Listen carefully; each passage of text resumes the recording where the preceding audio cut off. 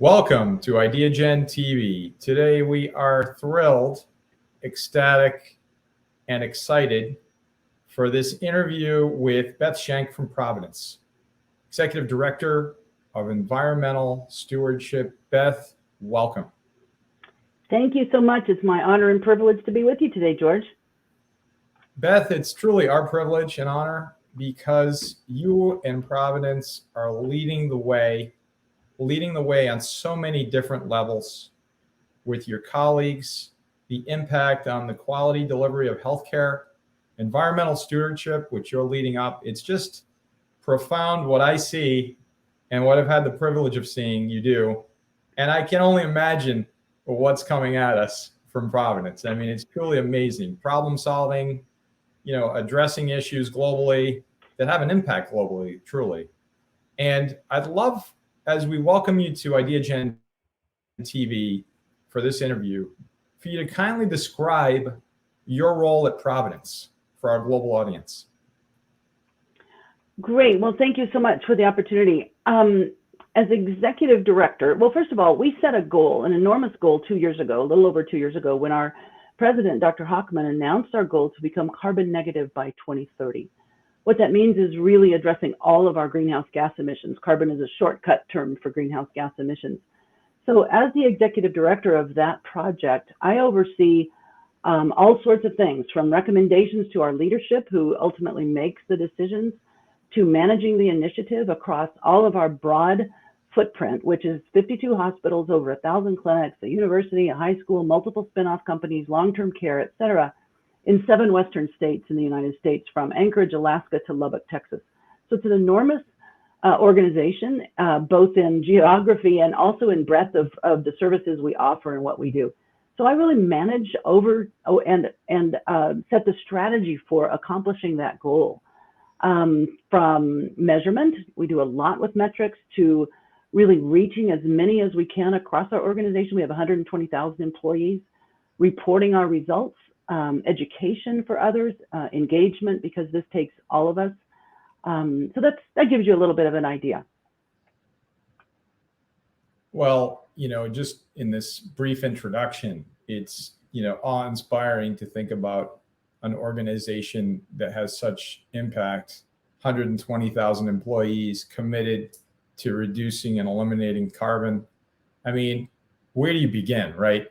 And what I'd love to hear, and what I think our global audience would love to hear, is what types of experiences, Beth, led you to this incredible role at Providence? Yeah, well, I've been really interested in this for a long time, and I've spent a long time at Providence. My career has been long. I'm a nurse, and so I began at the bedside caring for people in need. But I already came into healthcare with a real interest in the environment and in our planet and in our ecosystem, how our ecosystems work together. So what I saw from really the beginning was just an enormous amount of, at that time, waste, and later more in the way of toxic chemicals. And then after that, really being concerned about our climate, seeing that healthcare was part of the problem, but we weren't necessarily paying attention to the harm that we were inadvertently causing. So that always bothered me. And so through my years at the bedside and in leadership positions through the organization, I kept after that. I was always trying to make change. And that led me to actually my research aspect of my career. I earned my doctorate, my PhD in nursing, focusing on the environmental impacts of healthcare. That was very important to teach me more about conducting research, important about messaging and creating structures that help us to organize change, organizational change, and also, of course, all the incredibly complex content knowledge. And I learn more about that every day because, healthcare is like a world in itself, and we address all of these impacts across many, many footprints. So I would say, my on-the-ground experience was really developing an award-winning program at a single hospital and then working across a 12-hospital region in Washington and Montana. And then also developing my ongoing opportunities for national leadership, maintaining my own research, and I still do that. I'm adjunct faculty at Washington State University. And I think all of this helped me develop skills and perspective for big picture, which is leadership and strategy and organizational change, but it's also built on in the weeds operational knowledge. So I think those are two necessary strengths that really help me bring my background and skills to this ambitious commitment. Well, therein lies the impact and the genius, really, of Dr. Hochman and Providence in building this world-class team. I mean, what an incredible background. So you're a nurse by profession.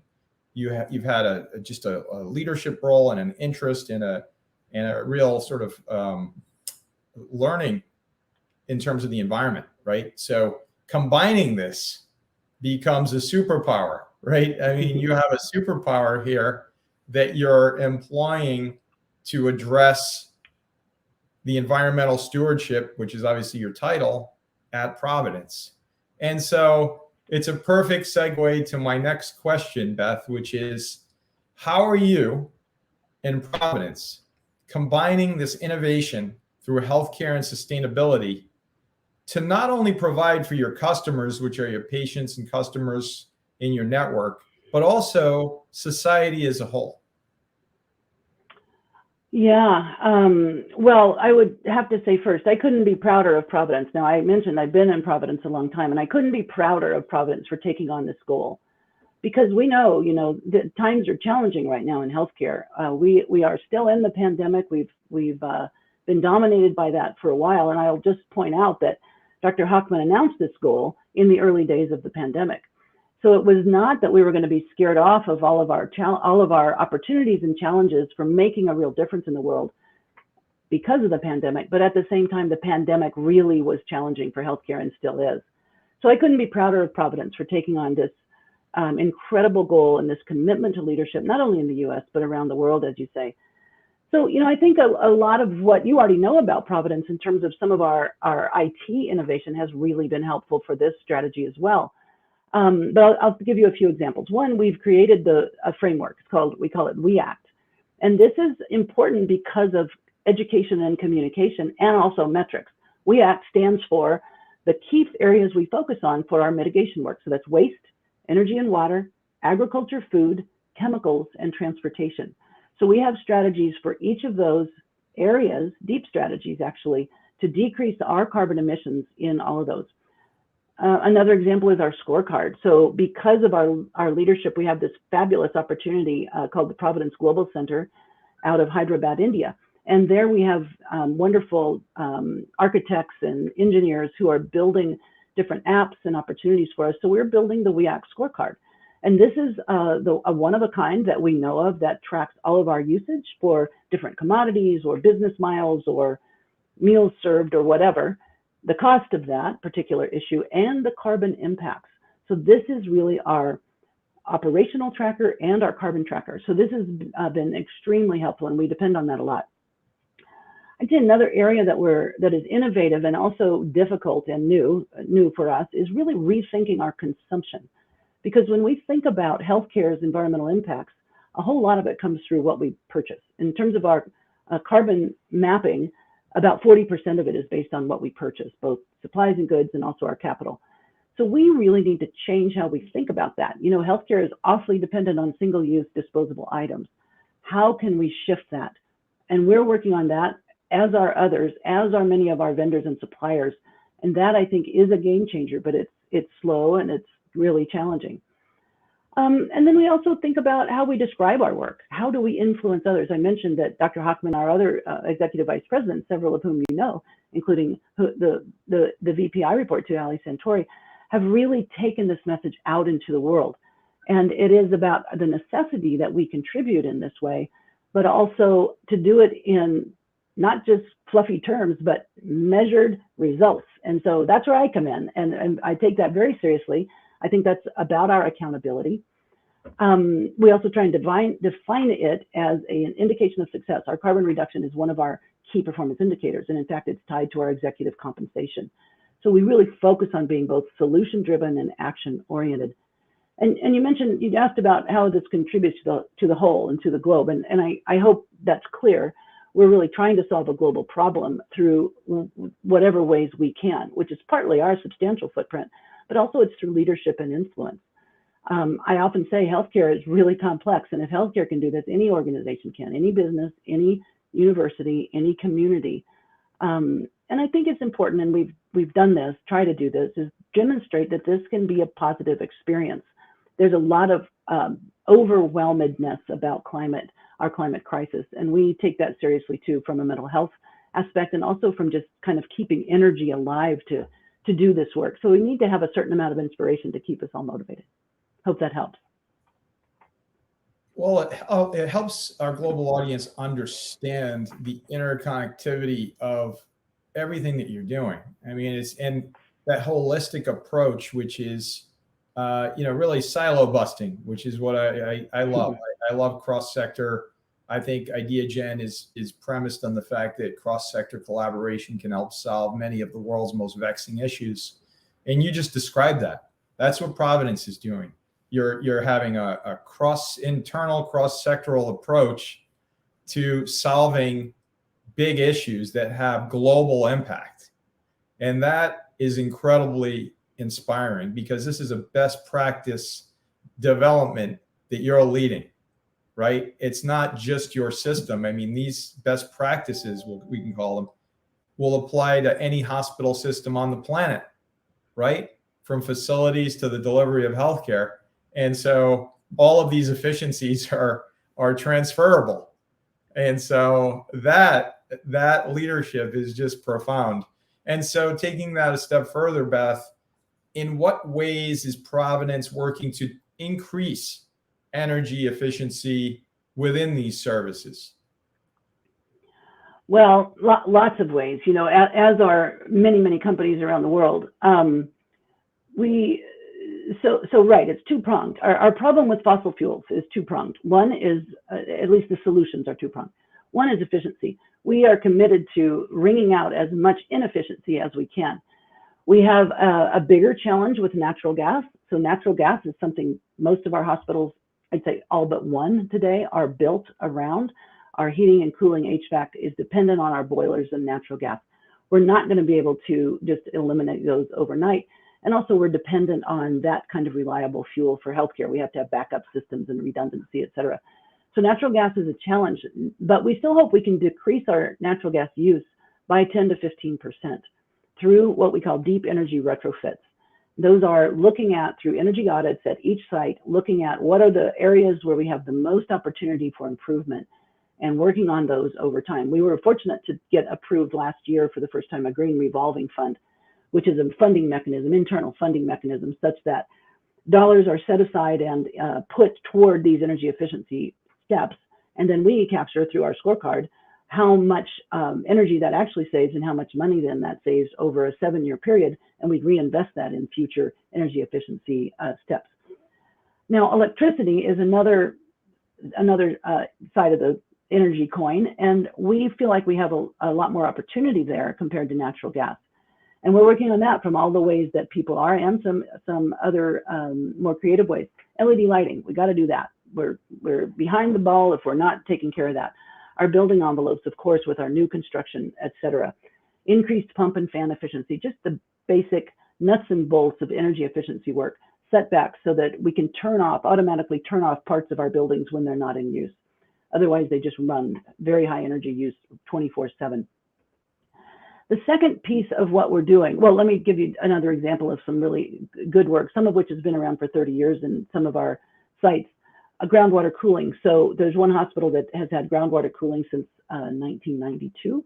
It pumps water out of the ground, a very cool aquifer, 48-degree aquifer, uses that to run through our chillers, chills the whole building all summer long. It saves all that electricity and is injected back into the aquifer with it's a closed loop system, so no pollution added.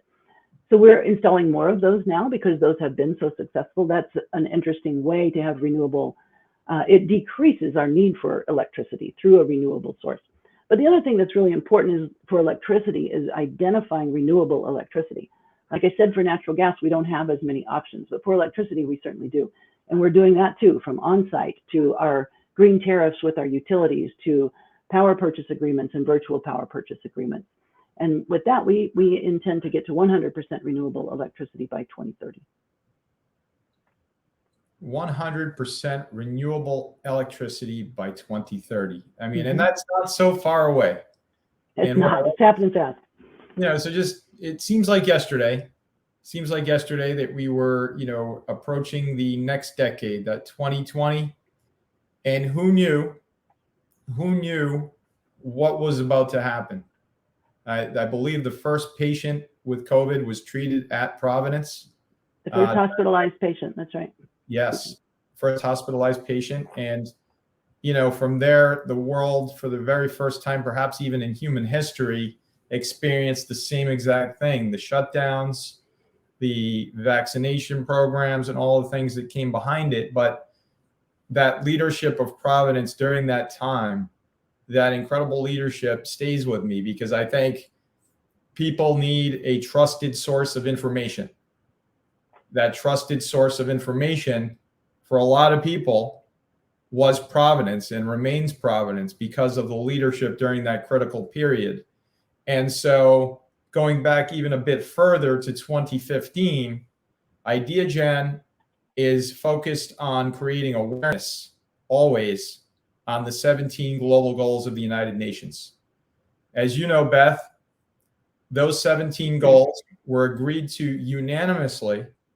I'll have to say it one more time: unanimously, by all 193 member states of the United Nations, including the United States of America. And so what I like about these 17 goals is that A, they're important, obviously, and B, they're not political, in the sense that everyone agrees and has agreed to these 17 goals as being critically important, and that we should achieve these goals by 2030.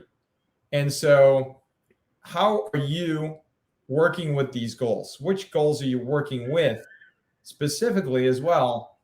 And which ones do you feel we can work toward achieving faster than others? I mean, where are we, and why are they important to you? And I'd like to go even further. Again, which ones that I know all of them apply to Providence. You're working on all of them. But if I were to say, which specific goals are you working on, what would you say?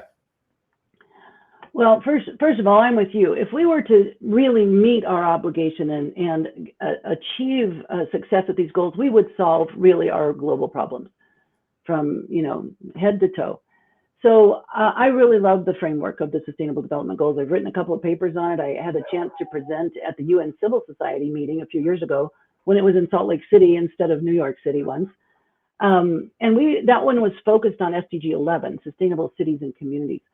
But that's certainly relevant to what we do. In Providence, we say we are here for the communities we serve. That's who we serve. And a lot of what we're thinking about in terms of environmental determinants of health, social determinants of health, really link very directly to the SDGs, and particularly number 11 in that case. But our climate work is linked to multiple goals, as you said. Number 6, for instance, clean water and sanitation. Big issue, especially in the drought-ridden West, where all of our cities are, our communities. Number 7, affordable and clean energy. This touches not only on the necessity of what I said a moment ago about 100% renewable electricity, but also access to that electricity and natural gas, the heat. We focus on environmental justice in our work, and that's a growing issue, is the cost of utilities, not just with this recent inflation, but generally speaking, and it becomes something that is health limiting. Number 12, responsible consumption and production. I mentioned to you our upstream concern with our consumption. Same thing, it just reflects the genius of the SDGs here. 13 is probably where we spend most of our time, climate action. That's what this whole initiative is about. But as we say, and I've heard Dr. Hockman say, it's not just about decarbonizing. It's not just about our own greenhouse gases. It's really how the whole crisis of our climate change fits into and impacts health, justice, equity. So climate action is very broad. And then I would say, 14 and 15, certainly life below land and on water. These are important because we need the planet to function well. We need ecosystem services to be intact. So that's important. And as you mentioned, our partnerships, goal 17. So it is hard to separate them all out, but these are some that come to mind. And I think about them because we are in, I wouldn't say lockstep, but we are working on this with many others, millions of others, probably billions. I don't know that for sure, around the world. And that's what gives the power to this work and this movement. And also, I think that's what's inspiring to people. That's right, Beth. That's exactly right. And you succinctly, throughout this interview, have been laser focused on the impact and the strategy around that impact that Providence has been so incredibly in a position of leadership to take forth. And so, leadership, I want to zero in on leadership because I'm a big fan of leadership. I believe that leadership doesn't just mean the leader at the top, it means the entire organization. Everyone can lead, right? And so that's what a smart leader does, is they have everyone else also lead. You lead.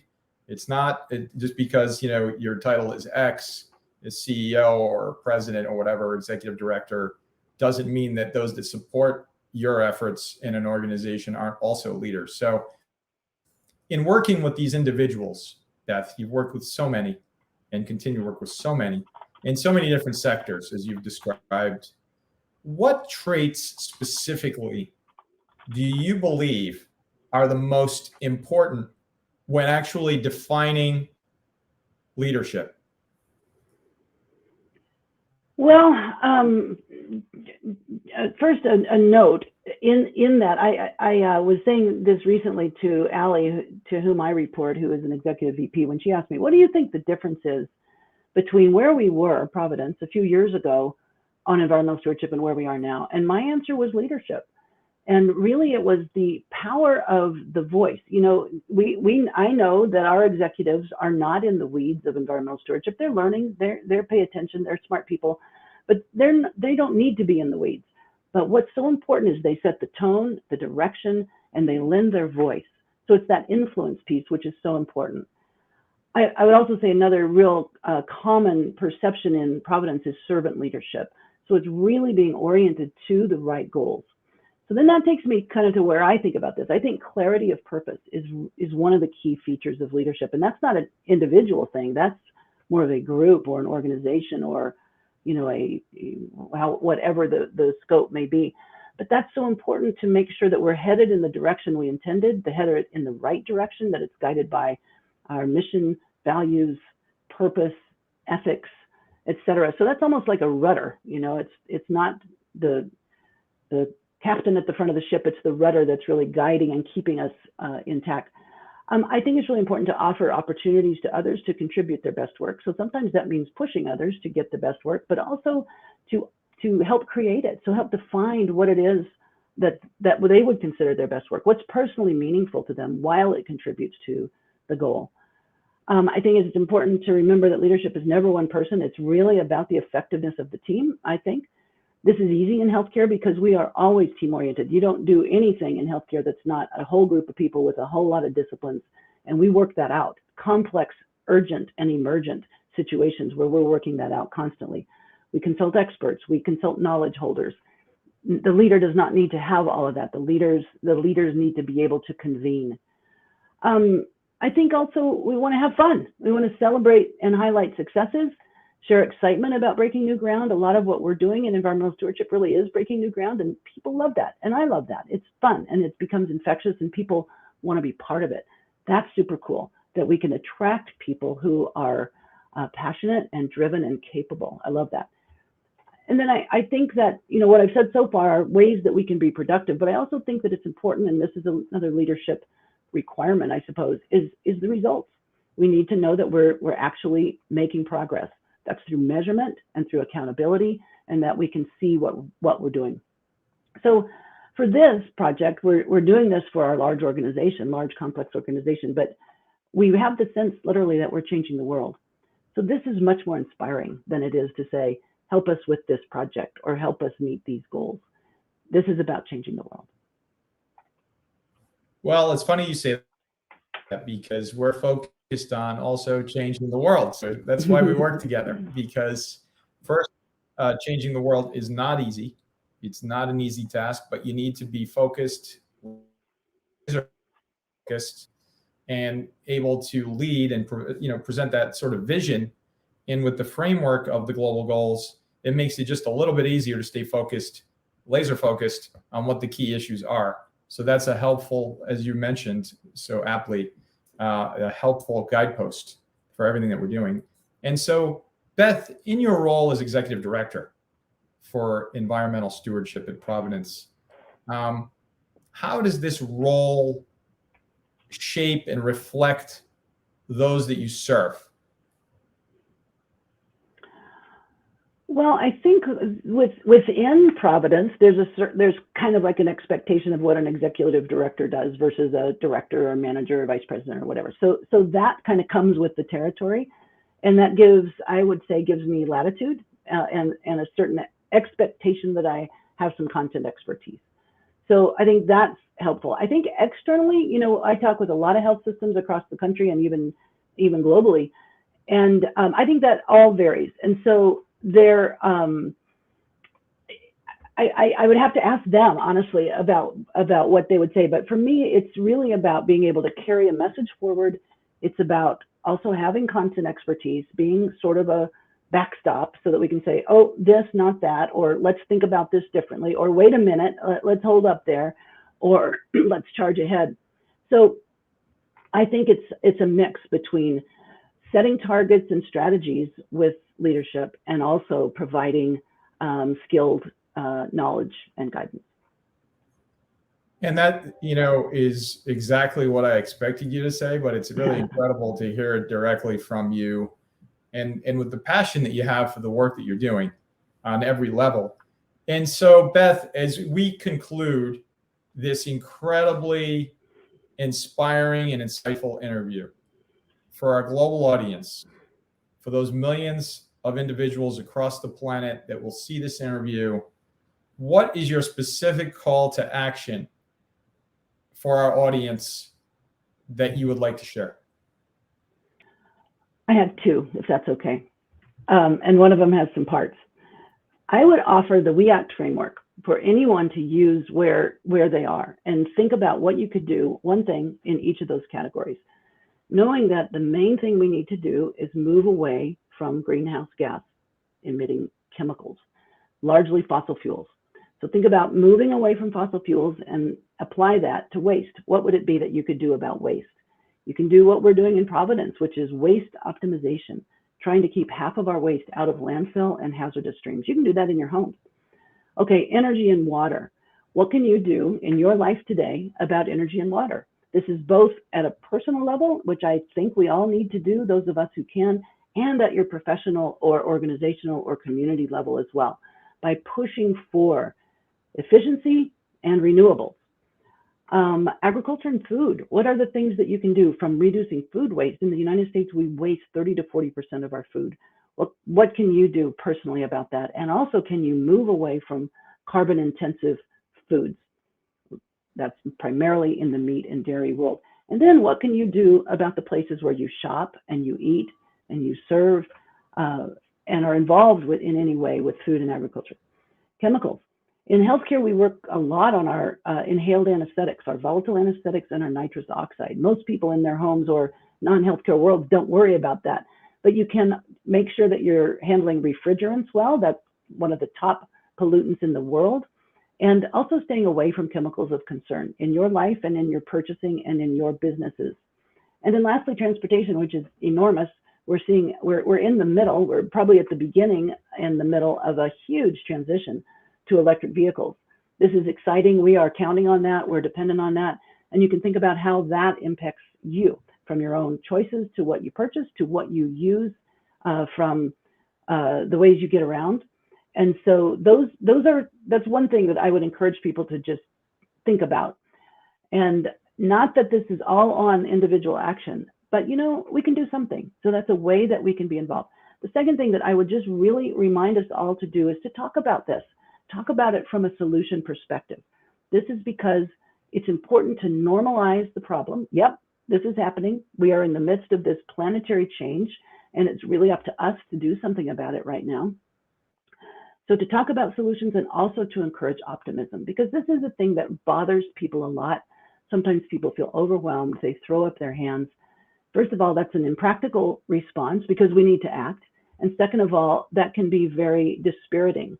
And we don't have to be dispirited. We can be optimistic about this because there's so much happening around the world that really is inspiring. And I'm proud that we're able to be part of that. It's really great to work from a solution-based perspective. Thank you. Beth Shank, Executive Director, Environmental Stewardship at Providence. Where can individuals find more information about your work at Providence? Please visit our website and perhaps we can share the link. And there is information there. There's information on other Idea Gen broadcasts. There's information on our own blog streams and live events. And just check us out, providence.org. Beth Shank, Executive Director, Environmental Stewardship. Thank you for your leadership. Thank you for your inspiration. And most importantly, thank you for the incredible impact you are having in your community and across the planet. Thank you, George.